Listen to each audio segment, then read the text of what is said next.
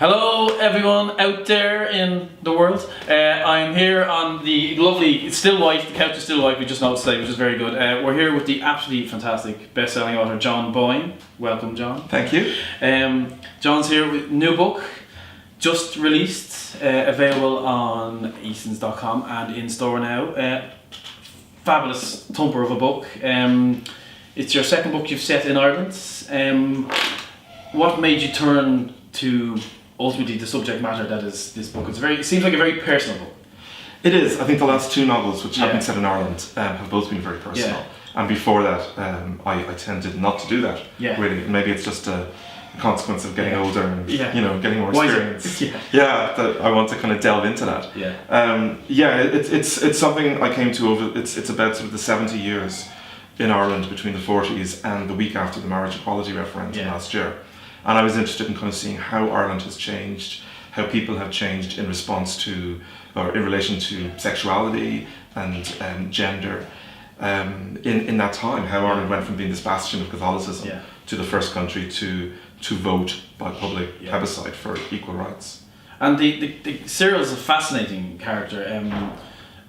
How do you even, and it's always when you're interviewing authors, is like, where do you even begin with a character like that? Is there a lot of personal stuff in there, or is it just, you start somewhere and he just grows into this extremely interesting character? Well, for me, I always start with the voice of the character, because I don't like to plot out the book too much in advance.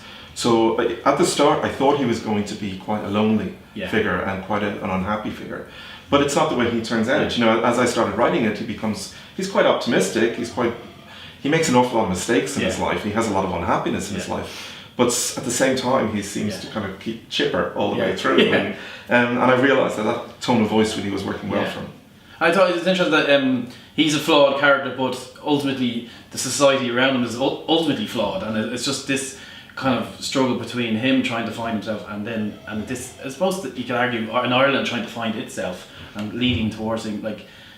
Is that how you see how... Ireland, modern Ireland, how you saw it, or what? Yeah, I mean, he is kind of representing the country in that way, because for the first half of the book, between the mid 1940s and about 1980, he's very ashamed of who he is, of being gay. He's very introverted. He's terrified of anybody finding out. Second half of the book, when he's older and we move into the sort of the 90s, 2000s, he doesn't care anymore. He's realised that actually what society thinks is neither here nor there, that he has to be himself, he has to be honest with himself and with the world. And he's only allowed to do that in a way because Irish society has changed during that period of time. And the structure, kind of the way the book is set, what made you think about how you were going to compose it between the three sets of period? Well, it moves in 7-year leaps, so they're quite long chapters. It's quite a long book, as you can see. And it's, so there's 10 chapters, and we move in 7-year bounds between them. So each one is almost quite self-contained, but they say that every 7 years we shed our skin completely. So I was thinking of that he'd almost be a different person 7 years down the line each time, and he would he would have had different experiences in the meantime that the reader has to kind of fill in for themselves.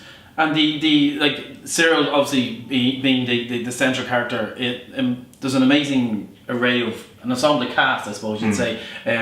Maud, other people who've also read it have said she threatens to steal the show whenever she turns up. That whole cast and the surrounding people, that must have been fascinating. It was fun, and because most of my books are quite sad, and this one is, I think it's funny. It's supposed to be funny anyway. This is the John Boyne funny novel, people. But particularly, I think you mentioned Maud and Charles, Cyril's adoptive parents, who are an eccentric couple. And do not treat him with an awful lot of love, but they don't mistreat him in any way. They're sort of baffled by his existence in their house, and he's almost the adult in this house, and has to be, even at 7 years old, he has to be the adult between them. But I enjoyed writing Maud probably the most, because she's a writer for one thing, but she doesn't like the idea of her books selling. She thinks it's vulgar if you sell books. I don't think so. I just say. I think it's okay. But I just wanted to make her as bizarre and strange as possible. And the more I wrote her, I think the funnier it got. And is she the one who surprised you most as a kind of as a character? Did she kind of come from nowhere and grow? She did, yeah, because she's very unusual in terms of all my books. That's not the kind of character that I write, nor is Charles, her husband, the kind of character that I write. But I mean, that's what's great about writing novels, that as you start writing a scene, as you start writing a character and putting dialogue into people's mouths, they just develop and you run with it. You know, if it's working, sometimes it's not working and you have to say that this tone isn't right, but if it's going right, then you feel really excited about it. Well, it's a fascinating. It's an insight into an Ireland growing up and maturing, I suppose. And Cyril, as I said, is an amazing character. And yes, we all love Maud. John, absolutely best of luck with the book. The Heart's Invisible Furies, as I said, is available online and in store. It's a wonderful, wonderful book. Get out there and read it. Thank you, John, and thank you.